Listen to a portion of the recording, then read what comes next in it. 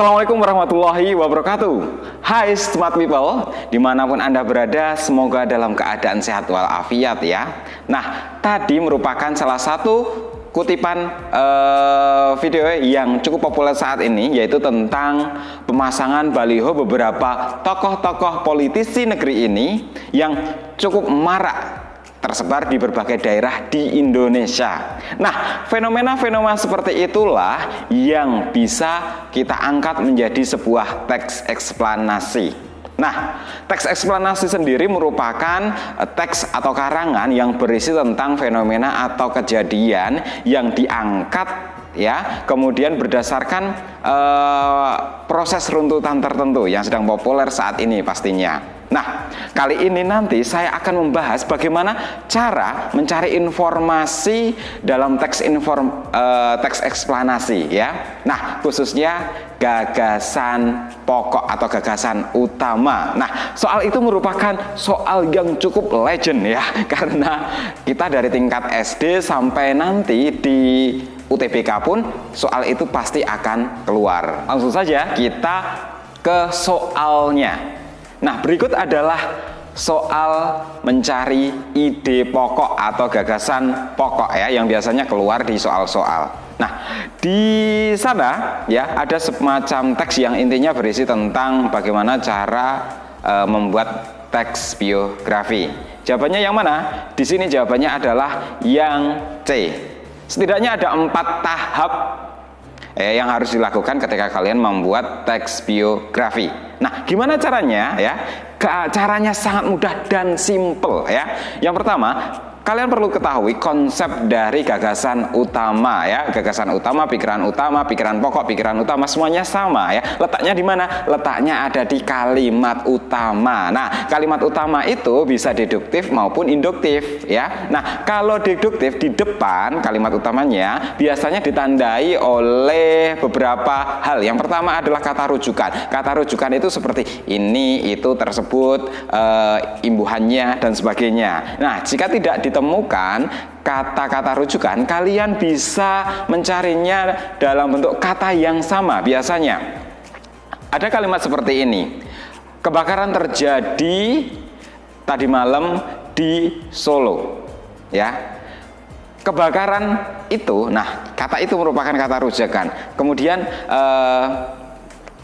kebakaran yang terjadi pukul 12.00 tersebut, nah kata kebakaran kan digunakan lagi ya, itu merupakan penanda kata deduktif atau kalimat deduktif. Nah, selanjutnya kebalikannya adalah paragraf induktif, kebalikannya yaitu kalimat utama yang letaknya di akhir paragraf. Nah, penandanya apa?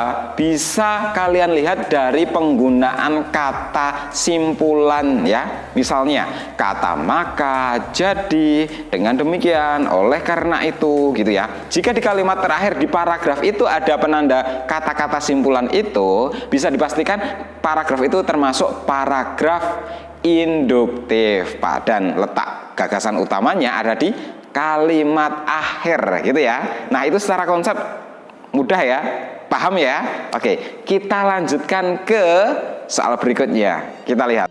Nah, ini adalah soal berikutnya ya. Pendidikan karakter melibatkan berbagai pihak ya, di sana seperti itu. Nah, kita langsung saja lihat di kalimat terakhir. Apakah ada penanda simpulannya?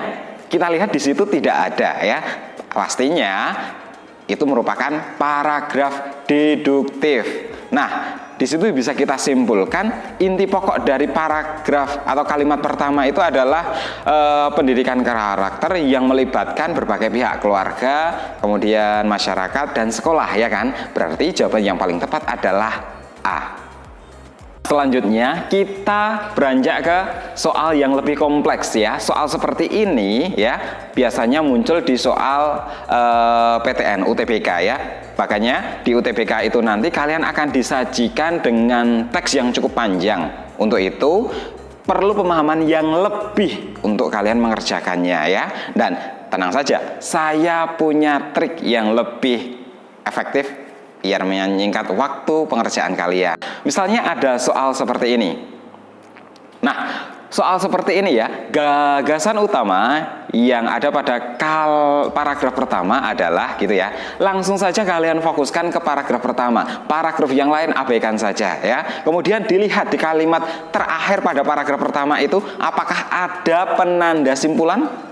Nah, ternyata tidak ada ya.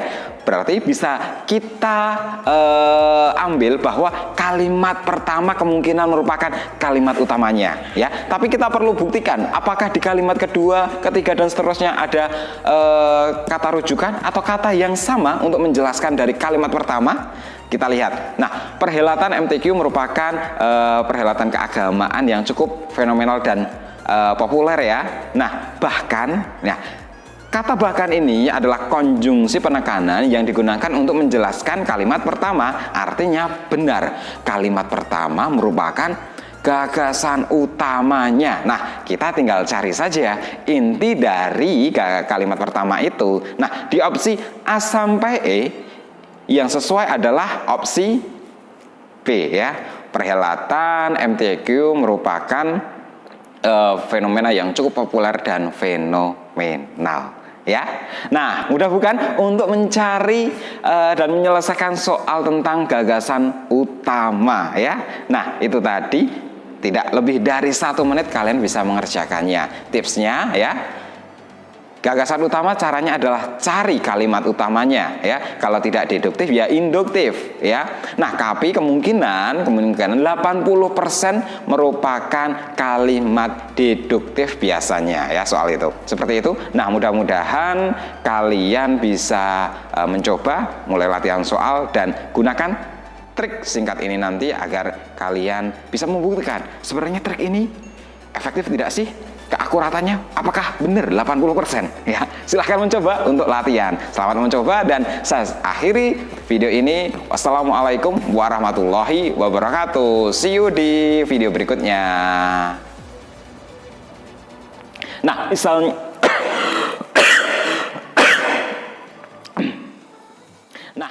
soal seperti ini.